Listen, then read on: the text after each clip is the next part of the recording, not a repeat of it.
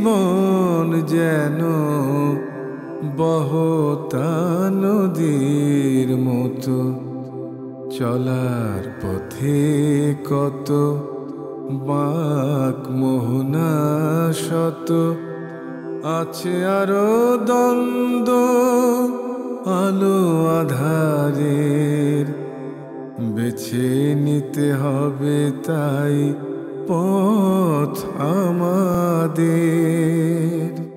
আসসালামু আলাইকুম। প্রিয় দর্শক, আপনারা যারা দেশে আছেন প্রবাসে, সবাইকে জানাই অনেক অনেক প্রীতি ও শুভেচ্ছা। শুরু হলো এনটিভি আয়োজিত টক শো আলোকপাত। আমাদের আজকের বিষয় বিপদ মুসিবতে করণীয়। আপনাদের সাথে আছি আমি জয়নুল আবেদিন আজাদ। আর আজকে আমাদের মাঝে অতিথি হিসেবে উপস্থিত আছেন বিশিষ্ট আলেম মুফতি সাইফুল ইসলাম। আসসালামু আলাইকুম রহমতুল্লাহি ওয়া বারাকাতুহু। প্রিয় দর্শক, সাম্প্রতিক সময়ে আমরা করোনা নিয়ে খুব ভাবছি, অনেকে আতঙ্কে আছেন।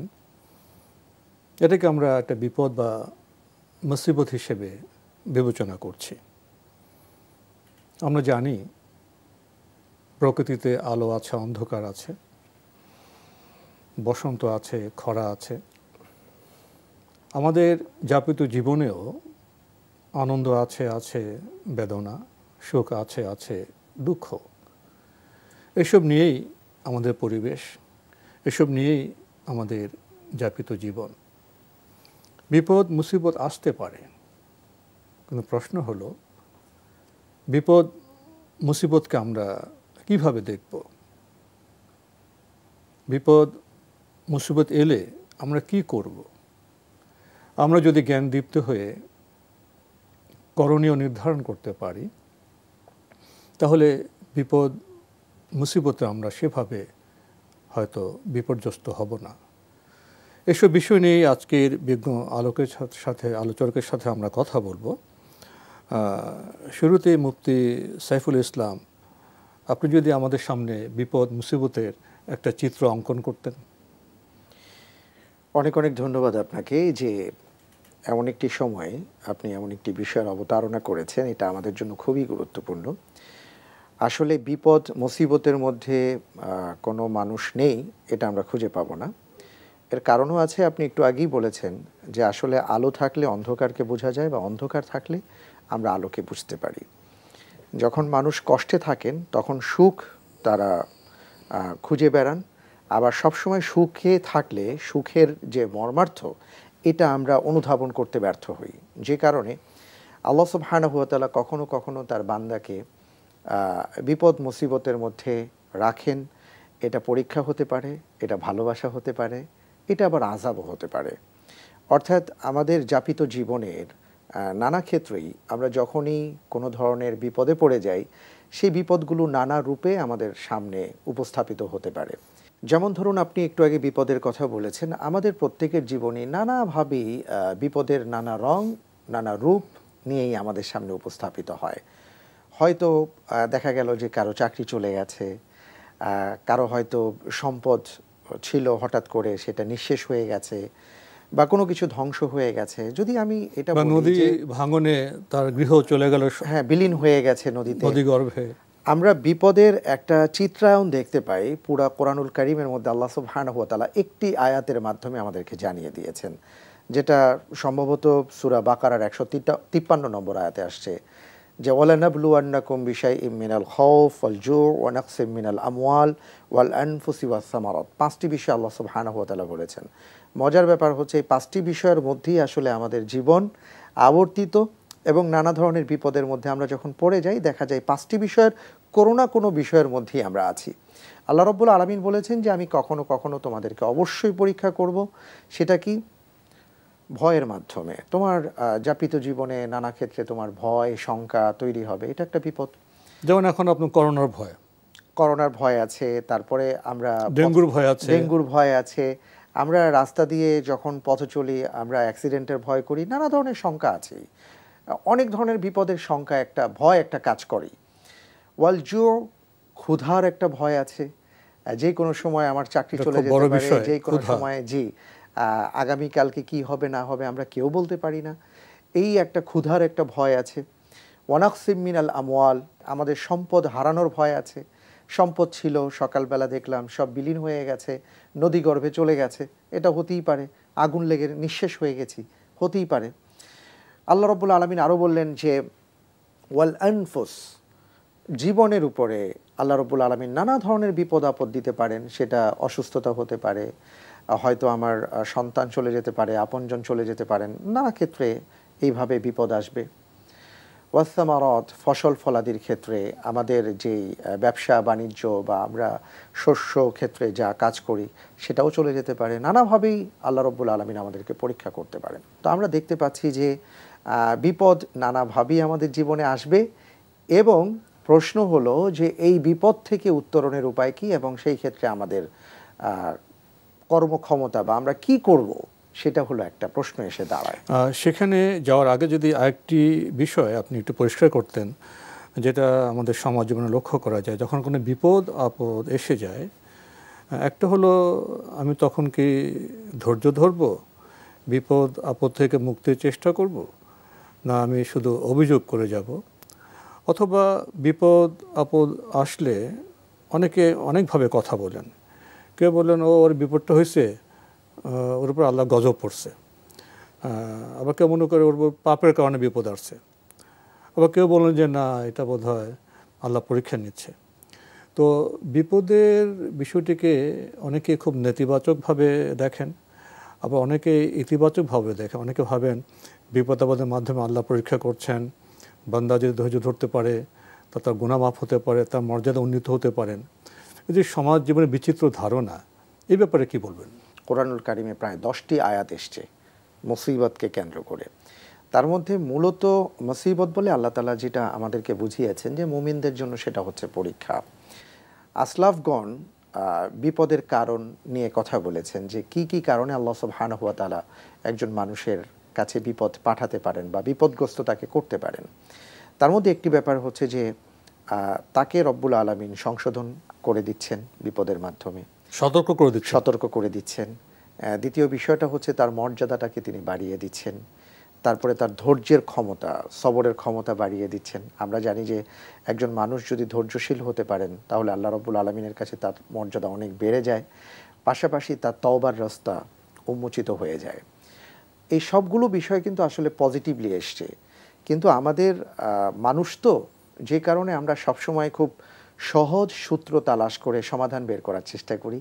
এই কারণে দেখা যায় যে কেউ যখন বিপদগ্রস্ত হয়ে যান বা কারো পরিবারে যখন কোনো ধরনের বিপদ আসে, আমরা নেগেটিভ চিন্তাটাই বেশি করি যে হয়তো তার এই কারণে হয়েছে বা গজব আসছে। যেমন আমরা বলতে পারি করোনা নিয়ে খুব আলোচিত পর্যালোচনা হয়েছে ব্যাপারগুলো নিয়ে, যে করোনা কেন এসছে, আল্লাহর গজব আসছে। আমরা জানি না আল্লাহ রাব্বুল আলামিন করোনা কেন দিয়েছেন, এটা কি গজব হিসেবে না পরীক্ষা হিসেবে দিয়েছেন।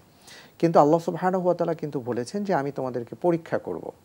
এই পরীক্ষার মাধ্যমে আল্লাহ তাআলা তার বান্দার মর্যাদাকে উন্নীত করবেন।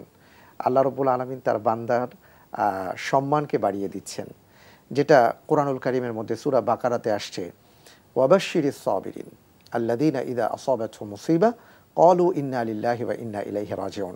আমরা যদি লক্ষ্য করি যে এই আয়াতে কারিমাতে দুটো বিষয় এসছে। একটা হলো ধৈর্যের কথা এসছে, যে যখনই কোনো মানুষের কাছে বিপদ আসবে তুমি কি করবে, সেই বিপদে তুমি ধৈর্য ধারণ করবে। যে ধৈর্য ধারণ করে কি বলবে এবং কি করবে সেটা আল্লাহ তাআলা পরবর্তী আয়াতে বলেছেন যে আমরা সবাই আল্লাহর জন্য, আল্লাহর কাছেই আমাদেরকে ফিরে যেতে হবে। তার মানে হচ্ছে যে বিপদ এসছে, আবার এই বিপদ কেটে যাবে। আল্লাহ সুবহানাহু ওয়া তাআলার পক্ষ থেকে এসছে, তিনি চান আমি তার প্রিয় হই। দেখেন, আমরা যখনই কোনো বিপদে পড়ি তখন কিন্তু বেশি বেশি আল্লাহকে আমরা স্মরণ করি। যখন আমরা খুব সুখ এবং স্বাচ্ছন্দ্যে থাকি, স্বাভাবিকভাবে বিপদে পড়লে যেইভাবে আমরা আল্লাহ সুবহানাহু ওয়া তাআলাকে স্মরণ করি, সুখে কিন্তু সেইভাবে স্মরণ করা হয় না। তাহলে বুঝতে হবে যে আল্লাহর যিনি প্রিয় বান্দা, আল্লাহ তাআলা তাকে কোনো না কোনোভাবেই একটা বিপদের মধ্যে রাখবেন যাতে করে বান্দা তাকে স্মরণ করে। রাসূল সাল্লাল্লাহু আলাইহি ওয়াসাল্লাম বলেছেন যে আশাদ্দুল বালাই আলাল আম্বিয়া সুম্মাল আমসাল সুম্মাল আমসাল। এর মানে হচ্ছে যে আল্লাহর যত প্রিয় বান্দা, প্রিয় বান্দাদের মধ্যে সবচেয়ে প্রিয় বান্দা হচ্ছেন নবী রাসূলগণ। তো রাসূল সাল্লাল্লাহু আলাইহি ওয়াসাল্লাম বলেছেন যে নবী রাসূলগণের উপর সবচেয়ে বেশি বিপদ আল্লাহ তাআলা দেন। এরপরে যারা তাদেরকে অনুসরণ করেন, যারা তাদেরকে অনুসরণ করেন, তারা কি আল্লাহর প্রিয় নন? আল্লাহর প্রিয় নন। তো এই বিষয়টা কিন্তু আমাদের মাথায় রাখতে হবে। আমরা অনেক সময় মনে করি যে হ্যাঁ, এই বিপদটা আসলো, আল্লাহ আমাকেই দেখলেন, আমি নামাজ পড়ি, আমি ভালোভাবে অভিযোগ চলার চেষ্টা করি, আমরা অভিযোগ করার চেষ্টা করি। এটা কিন্তু হাদিসের মধ্যে নিষেধ করা হয়েছে যে খবরদার তোমরা কেউ অভিযোগ করবে না, বরং ধৈর্য ধারণ করবে, আল্লাহর শুকরিয়া আদায় করবে, সবর আদায় করবে। তাহলে কি হবে? আল্লাহ রাব্বুল আলামিন মর্যাদা বাড়িয়ে দেবেন। আমরা প্রত্যেক নবী রাসূলগণের জীবনীতে আমরা দেখতে পাই, প্রত্যেক নবী রাসূলগণ তাদের জীবনে যে সকল পরীক্ষার সম্মুখীন হয়েছেন আমরা এটা অনেক সময় কল্পনাও করতে পারি না। এবং তারা যেভাবে ধৈর্যের পরীক্ষা দিয়েছেন এবং ধৈর্যের পরীক্ষায় যারা সফল হয়েছেন, আল্লাহ সুবহানাহু ওয়া তাআলা তাদেরকে নেতা বানিয়ে দিয়েছেন। নবী রাসূলগণ তার জ্বলন্ত প্রমাণ। একটি বিষয় হলো এই পৃথিবীর অবস্থান সম্পর্কে। আমরা যারা বিপদ মুসিবতের কথা বলছি, তারা তো মানুষের যাপিত জীবনে যেসব বিপদ মুসিবত এসে যায় সে সম্পর্কে কথা বলছি। আমরা কখনো করোনার কথা বলি, কখনো নদী ভাঙনের কথা বলি, কখনো অগ্নিকাণ্ডের কথা বলি, কখনো ফসল বিনষ্টের কথা বলি, ব্যবসা বাণিজ্য ক্ষতির কথা বলি, আমরা অসুস্থতার কথা বলি। নানাভাবে আমরা বিপদ মুসিবতে পড়ে যাই। কিন্তু প্রশ্ন হলো, এই বিপদ মুসিবতে না পড়লেও কি আমরা এই পৃথিবীতে চিরস্থায়ীভাবে বসবাস করতে পারতাম? এক সময় তো পৃথিবী থেকে আমাদের বিদায় নিতেই হতো। একজন মানুষের জীবনে যদি সুখ সুখ, সম্পদ সম্পদ, কোনো বিপদ নেই, কোনো সীমাবদ্ধতা নেই, সে মানুষ কি অহংকারী হয়ে যেত না? আমরা সীমিত ক্ষমতার যারা অধিকারী তাদের আচরণ লক্ষ্য করছি, আমরা সমাজ জীবনে লক্ষ্য করছি এবং বৈশ্বিক পরিমণ্ডল লক্ষ্য করছি। দেখা যায় বর্তমান সভ্যতায় মারণাস্ত্রের প্রতিযোগিতা।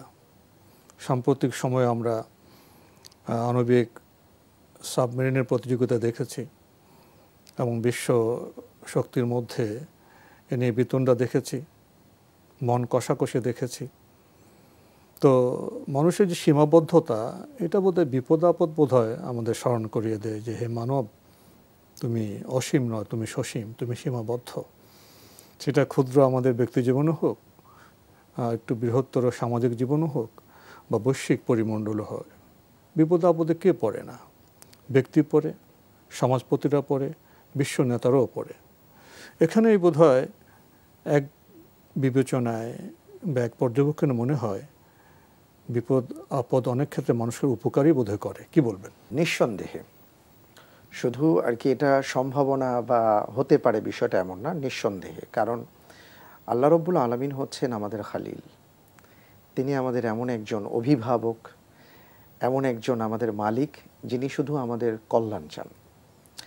এই কারণে দেখা যায় যে কখনো কখনো, আমি খুব স্বাভাবিকভাবে যদি ব্যাপারটা বলি, যে কখনো কখনো ছোট ছোট বিপদ দিয়ে রব্বুল আলামিন বড় বিপদ থেকে আমাদেরকে রক্ষা করেন, সতর্ক করে আমাদেরকে। শুধু তাই না, রক্ষাও করেন। যেমন আমরা আজকে হিসাব যদি করি, যেটা আজকে সমাজ বিজ্ঞানীরা বা পরিবেশ বিজ্ঞানীরা বলছেন যে করোনার কারণে হ্যাঁ আমাদের পৃথিবীতে অনেক ধরনের বিপর্যয় নেমে এসছে, অনেক ধরনের প্রবলেমস এসছে, আমরা দেখতে পাচ্ছি অনেক ধরনের সমস্যা হচ্ছে। কিন্তু আমরা সবশেষে যদি বেলা শেষে হিসাব করি, তাহলে কি দাঁড়াচ্ছে? যে কিছুটা হলেও পৃথিবীর যে জলবায়ু পরিবর্তনের যে পরিস্থিতি আমরা দেখতে পাচ্ছিলাম, যে হারে অগ্রসর হচ্ছিল, কিছুটা হলেও তো স্তিমিত হয়েছে। শুধু তাই নয়, গোটা বিশ্বের মাঝে যুদ্ধ, এই যে যুদ্ধ খেলার মাঝে লক্ষ লক্ষ মানুষের জীবন চলে যাচ্ছিল, দেশ ধ্বংস হয়ে যাচ্ছিল। আপনি লক্ষ্য করে দেখুন, এই করোনাকালীন সময়ে কিছুটা হলেও সেটা কি সীমিত আকারে বা সীমিত পরিসরে মানুষ কিছুটা নিয়ন্ত্রিত হয়েছে, কিছুটা নিয়ন্ত্রিত হয়েছে। অসংখ্য মানুষের যাপিত জীবনে পরিবর্তন এসছে। আমরা যদি আমাদের চারপাশে এবং প্রকৃতিতে কার্বনের পরিমাণ কমেছে। আমরা দেখেছি অনেক ছবিতে যে সাগর পাড়ে যারা প্রাণী তারা আনন্দ করছে এবং আমাদের যে কার্বন কমাতে ফুল ফসল বাড়ছে। অনেকে বলছেন যে শহরের বারান্দার ফুলগুলো এখন অনেকভাবে ফুটছে, অনেক ঘ্রাণ দিচ্ছে। প্রকৃতি যেন মানুষের যে ভুল আচরণ থেকে কিছুটা মুক্ত হয়েছিল লকডাউন এবং শাটডাউনের কারণে। এ প্রসঙ্গে আমি জাতিসংঘ এবং বিশ্ব স্বাস্থ্য সংস্থা যে তথ্য দিয়েছে, নেতৃবৃন্দ যে বক্তব্য দিয়েছেন, সেখান থেকে দু একটি কথা বলতে পারি। করোনা কিন্তু আমাদের একটা আত্মসমালোচনার, আত্মবিশ্লেষণের সুযোগ দিয়েছে এবং তারা বলছেন যে বন্য পশুর যে ব্যবসা, বায়োডাইভার্সিটি, জীববৈচিত্র্যের সাথে মানুষের যে ভুল আচরণ, মহান স্রষ্টা তো মানব বান্ধব করে পৃথিবীকে সৃষ্টি করেছেন, বন্যেরা বনে সুন্দর। এখন বন্য প্রাণীর সাথে যদি মানুষ ভুল আচরণ করে, ব্যবসায় যারা মাফিয়া শক্তি তারা সেগুলো নিয়ে বাণিজ্য করে, তা প্রকৃতির ভারসাম্য নষ্ট হয়, তাহলে তো জীবাণুগুলো তো আবার জেগে উঠবে। তো আল্লাহ ভারসাম্যপূর্ণভাবে সৃষ্টি করেছেন, আর মানুষ ব্যবসায়ের কারণে বা পারমাণবিক প্রতিযোগিতা, প্রবৃদ্ধির প্রতিযোগিতায় অতিরিক্ত জ্বালানি ব্যবহারের মাধ্যমে প্রকৃতিতে ভারসাম্য নষ্ট করবে, তাহলে কি প্রকৃতি প্রতিশোধ নেবে না?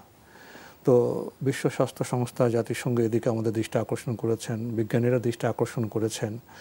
তো করোনায় তো আমরা আতঙ্কিত হয়েছি, অনেক মানুষ ইন্তেকাল করেছেন, অনেকে কঠিনভাবে বিধ্বস্ত হয়েছেন, ব্যবসা বাণিজ্য ক্ষতিগ্রস্ত হয়েছে। কিন্তু সভ্যতার যে বিশাল ব্যাপক পরিসর, সেখানে যদি আত্মসমালোচনা একটি সুযোগ এসে যায়, সেখানে যদি জলবায়ু নিয়ে আমরা সঙ্গত আচরণ করতে পারি, প্রাণী জগৎ সম্পর্কে আমরা যদি সুস্থ ভাবনায় আমরা উদ্দীপ্ত হতে পারি, তাহলে এর তো একটা সুফলও আসতে পারে। অবশ্যই। এই যে আপনি বললেন যে জীববৈচিত্র্যের সাথে আমাদের যে ভুল আচরণ ছিল, যে কারণে আমরা আর কি কঠিন একটা পরিস্থিতি আর পরিণতির দিকে এগিয়ে যাচ্ছি, এই ক্ষেত্রে করোনা আমাদেরকে সতর্ক করেছে। একটা বিপদ এসে হয়তোবা বড় কোনো বিপদের ধাক্কা থেকে আল্লাহ আমাদেরকে রক্ষা করেছেন। অবশ্যই করোনাকালীন সময়ে যারা মৃত্যুবরণ করেছেন, নিশ্চয়ই এটা নিয়ে আমরা সবাই ব্যথিত, যারা অসুস্থ হয়েছেন তারা কষ্ট করেছেন, এটা অবশ্যই আমরা স্বীকার করব। কিন্তু পাশাপাশি এটাও আমাদেরকে স্বীকার করতে হবে যে আসলে অনেক বড় বিপদ থেকে আল্লাহ হয়তো আমাদেরকে রক্ষা করেছেন। হয়তো এই পৃথিবীকে, এই মহাবিশ্বে যে ছোট্ট একটি গ্রহ পৃথিবী, আমাদের প্রিয় পৃথিবী, হয়তো সামনে অনেক বড় বিপর্যয় থেকে বাঁচার মতো আত্মসমালোচনার একটি সুযোগ, একটি সময় আমাদেরকে দিয়েছেন। আমি দুইটা হাদিসের কোট করতে চাই এই ব্যাপারে। যে একজন সাহাবা জিজ্ঞেস করেছিলেন যে আমরা যদি সমুদ্রে থাকি, সেখানেও যদি আমি পানি ব্যবহার করি ওযুর জন্য, তাহলে আমি 3 বারের জায়গায় 4-5 বার যদি আমি ব্যবহার করতে চাই, সেটা করতে পারবো কিনা। রাসূল সাল্লাল্লাহু আলাইহি সাল্লাম কিন্তু সেটাকে অপচয় বলে আখ্যায়িত করেছেন। অর্থাৎ প্রকৃতি আমাদেরকে যা দিয়েছে বা আমরা যে প্রকৃতির মাঝে বসবাস করছি, সেখানে যা কিছু আল্লাহ আমাদেরকে নিয়ামত হিসেবে দিয়েছেন, সেখান থেকে যতটুকু আমাদের প্রয়োজন আমরা যেন ততটুকুই ব্যবহার করি, তার সাথে ততটুকুই সঠিক দৃষ্টিভঙ্গি থাকতে হবে। রাইট। পাশাপাশি দেখুন, বিড়ালকে কষ্ট দিয়ে মেরে ফেলার কারণে একজন নারীকে জাহান্নামী বলে আল্লাহ রাসূল বড় আবেদ হওয়ার পরও, জি, এই যে ব্যাপারগুলো, এটা আমাদেরকে এই শিক্ষাটাই দেয় যে সবার সাথে তাদের আচরণের ক্ষেত্রে যে অধিকার রয়েছে, সেই অধিকারটুকু আমাদেরকে দিতে হবে, নয়তো আরো বড় বিপর্যয়ের সম্মুখীন আমাদেরকে হতে হবে। কারো অধিকার ক্ষুণ্ণ করা যাবে না, মানুষ হোক প্রাণী হোক। জি, আরেকটি বিষয় বলতে চাই প্রসঙ্গত, সেটা হলো যে দেখুন, একটা বিপদ যখন আল্লাহ তাআলা দেন, সেই বিপদ চলে যাওয়ার পরে আল্লাহ রাব্বুল আলামিন আমাদেরকে পুরস্কৃতও করেন। সেই পুরস্কৃত করার যে মাধ্যমটা, উম্মে সালামা রাদিয়াল্লাহু তাআলা আনহার যে হাদিসটা আসছে, যে আমাদের মা উম্মে সালামা রাদিয়াল্লাহু তাআলা আনহা, তিনি তার জীবন থেকে একটি ঘটনা উল্লেখ করেছিলেন যে আবু সালামা রাদিয়াল্লাহু তাআলা আনহু যখন শহীদ হয়ে যান, তখন আমি খুব ব্যথিত ছিলাম, কারণ তিনি খুব ভালো স্বামী ছিলেন, ভালো মানুষ ছিলেন। কিন্তু তিনি আমাকে মৃত্যুর আগে একটি দোয়া শিক্ষা দিয়েছিলেন। তিনি বলেছিলেন যে রাসূলের দরবার থেকে একটা দোয়া শিক্ষা করে আসছি, আল্লাহুম্মা আজিরনি ফি মুসিবাতি ওয়াখলুফ লি খায়রাম মিনহা, যে আল্লাহ এই মুসিবত থেকে আমাদেরকে উদ্ধার করুন এবং এর চেয়ে উত্তম কিছু আমাকে দান করুন। তো আবু সালামা রাদিয়াল্লাহু তাআলা আনহুর মৃত্যুর পরে, তার শহীদ হয়ে যাওয়ার পরে আমার সেই দোয়ার কথাটা মনে হলো, আর আমি চিন্তা করলাম যে আবু সালামা চলে গেছেন, এটা আমার জন্য একটা বড় ধরনের বিপদ। এই বিপদের তুলনায় আল্লাহ এর চেয়ে উত্তম আমাকে কি দেবেন। কিন্তু আমি তারপরেও সেই হাদিসের কারণে দোয়াটা পড়ে যাচ্ছিলাম। কিছুদিন পরে আমি তার ফলাফল দেখতে পেলাম, কারণ স্বয়ং রাসূল সাল্লাল্লাহু আলাইহি সাল্লামের কাছ থেকে আমার কাছে বিয়ের প্রস্তাব এলো। এবং আল্লাহর রসুলের চাইতে পৃথিবীর মধ্যে সর্বশ্রেষ্ঠ স্বামী আর কে হতে পারেন। এই যে হাদিসটি, এটা আমাদেরকে যে শিক্ষাটা দেয় সেটা হচ্ছে, দেখুন আমাদের জীবন চলার পথে যে কোনো মুহূর্তে আমরা বিপদে পড়তে পারি, বিপদে থাকবো, এটাই স্বাভাবিক। কিন্তু মনে রাখতে হবে, এই বিপদে যদি আমরা ধৈর্য ধারণ করতে পারি, আল্লাহর উপর ভরসা রাখতে পারি, তাহলে রব্বুল আলামিন আমাদের জন্য পুরস্কারের ব্যবস্থা রেখেছেন। এই বিপদ কেটে যাওয়ার পরে আমরা যে পুরস্কারে পুরস্কৃত হব, তখন বুঝতে পারবো যে না, ওই বিপদ আসলে কোনো বিপদ ছিল না, আল্লাহর পক্ষ থেকে রহমত ছিল। এই চমৎকার বার্তা নিয়ে আজকের অনুষ্ঠান এখানে শেষ করতে চাচ্ছি। মুফতি সাইফুল ইসলাম, আপনি কষ্ট করে আমাদের স্টুডিওতে এসেছেন, সময় দিয়েছেন, সেজন্য আপনাকে অনেক ধন্যবাদ। আপনাকেও ধন্যবাদ, এনটিভিকে ধন্যবাদ জানাচ্ছি। প্রিয় দর্শক, আমরা দেখছিলাম এনটিভি আয়োজিত অনুষ্ঠান আলোকপাত। আমাদের আজকের বিষয় ছিল বিপদ মুসিবতে করণীয়। আমাদের এই অনুষ্ঠান আপনারা এনটিভি অনলাইনেও দেখতে পারবেন, ভিজিট করুন www.ntvbd.com। এছাড়া ইউটিউবে এবং আমাদের ভেরিফাইড ফেসবুক পেজে অনুষ্ঠান দেখতে পারবেন। বিপদ মুসিবতে করণীয় এ প্রসঙ্গে আজকে সংক্ষিপ্ত সময়ে আমরা অনেক গুরুত্বপূর্ণ কিছু বিষয় সম্পর্কে জেনেছি। পৃথিবীর এই যে জীবন, পরীক্ষার জীবন, সীমিত জীবন, এখানে বিপদ মুসিবত অবশ্যম্ভাবী। বিপদ মুসিবতের রূপ একরকম নাও হতে পারে, বিচিত্রগামী হতে পারে। তো আমাদের করণীয় কি?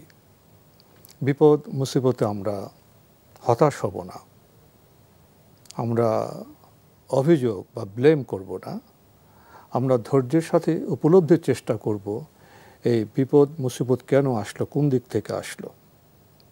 শিক্ষণীয় বিষয় থাকলে আমরা শিক্ষা নেব, এবং যদি আমরা গবেষণা করতে পারি, আত্মসমালোচনা করতে পারি, তাহলে ভবিষ্যতের জন্য আমরা করণীয় নির্ধারণ করতে পারব। যেমন করোনার যে বিপদ, এই বিপদ আমাদের ভবিষ্যতের করণীয় প্রসঙ্গে বিজ্ঞানমনস্ক ব্যক্তিরা অনেক করণীয় নির্ধারণ করেছেন।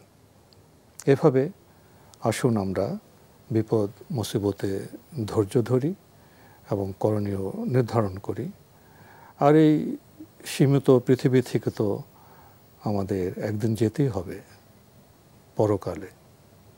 আমরা আমল নিয়ে ভাবি, কর্তব্য নিয়ে ভাবি, তাহলে বিপদ মুসিবতকে আমরা খুব সহজেই মোকাবিলা করতে পারবো, করণীয় নির্ধারণ করতে পারব।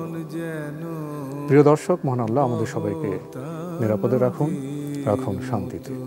আসসালামু আলাইকুম। চলার পথে কত বাঁক মোহনা শত, আছে আরো দ্বন্দ্ব আলো আধারের, বেছে নিতে হবে তাই পথ আমাদের।